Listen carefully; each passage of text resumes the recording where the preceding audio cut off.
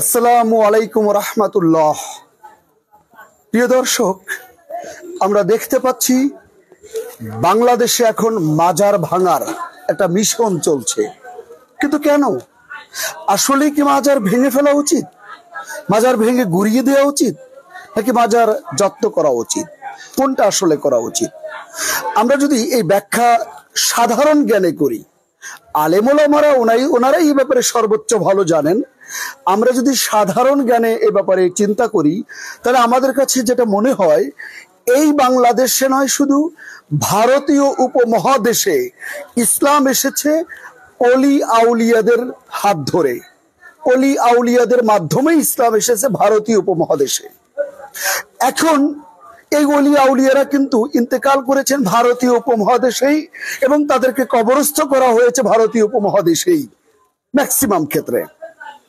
এগুলোই মাজার হিসেবে গড়ে উঠেছে। এখন আমার কাছে মনে হয় যে ব্যবসা করার জন্য যে মাজারগুলো বানানো হয়েছে, যেখানে অলি আল্লাহ নেই, শুধুমাত্র নাম কাওয়াস্তে কবর বানিয়ে ব্যবসা করার জন্য যেগুলো বানানো হয়েছে, আজগুবি নাম দেওয়া হয়েছে বাবা শাহ, গরু শাহ, গাধা শাহ, এগুলোকে ভেঙে গুড়িয়ে দেওয়া উচিত এবং নিশ্চিহ্ন করে দেওয়া উচিত। আর জীবনে কোনোদিন যেন এমন মাজার বাংলাদেশে না হয়, এ ব্যাপারে সতর্ক থাকা উচিত। এক।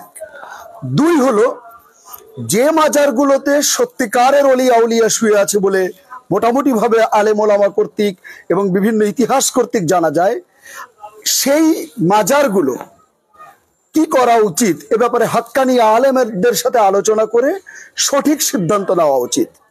সেখানে এমন করা যায় কিনা যে শিরক হচ্ছে সেটা মুক্ত করতে হবে, সেজদা দেওয়া মুক্ত করতে হবে, তাওয়াফ করা মুক্ত করতে হবে, নারী পুরুষের অবাধ মেলামেশা মুক্ত করতে হবে, নেশা মুক্ত করতে হবে, ব্যবসা মুক্ত করতে হবে, চাঁদা টাকা উত্তোলন, চাঁদা লেনদেন, টাকা দেওয়া, এগুলো মুক্ত করতে হবে, মানত করা মুক্ত করতে হবে।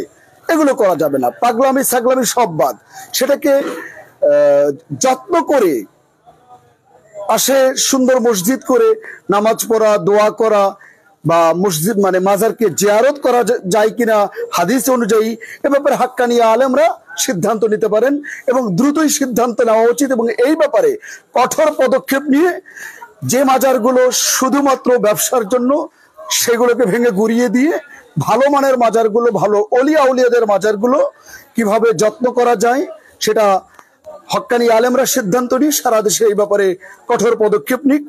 আর যদি হাদিস অনুযায়ী সেটা মাজার রাখাই যাবে না, তাহলে সসম্মানে অলি আল্লাহদের প্রতি সম্মান রেখে কিভাবে এটাকে সমাধান করা যায় সেই ব্যাপারে কঠোর পদক্ষেপ নেওয়া উচিত।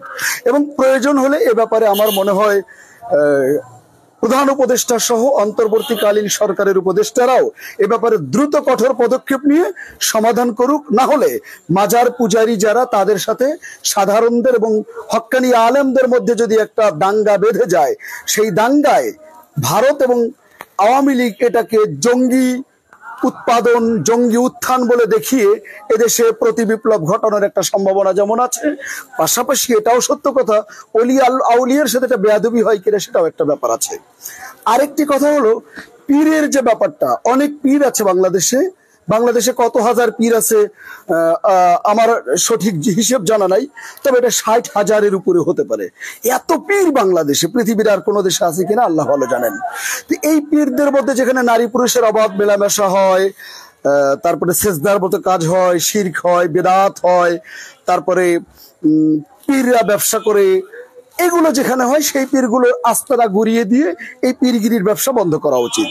আর যে পীররা হক্কানি, পীর হলো ওস্তাদ, যারা হক্কানি, তাদের কাছ থেকে দ্বীনি শিক্ষা নেওয়ার জন্য যারা যায়, সেই পীরগুলো আমার মনে হয় সম্মান করা উচিত, মর্যাদা করা উচিত এবং তাদের প্রতি সম্মান প্রদর্শন করা উচিত। আসসালামু আলাইকুম ওয়া রাহমাতুল্লাহ।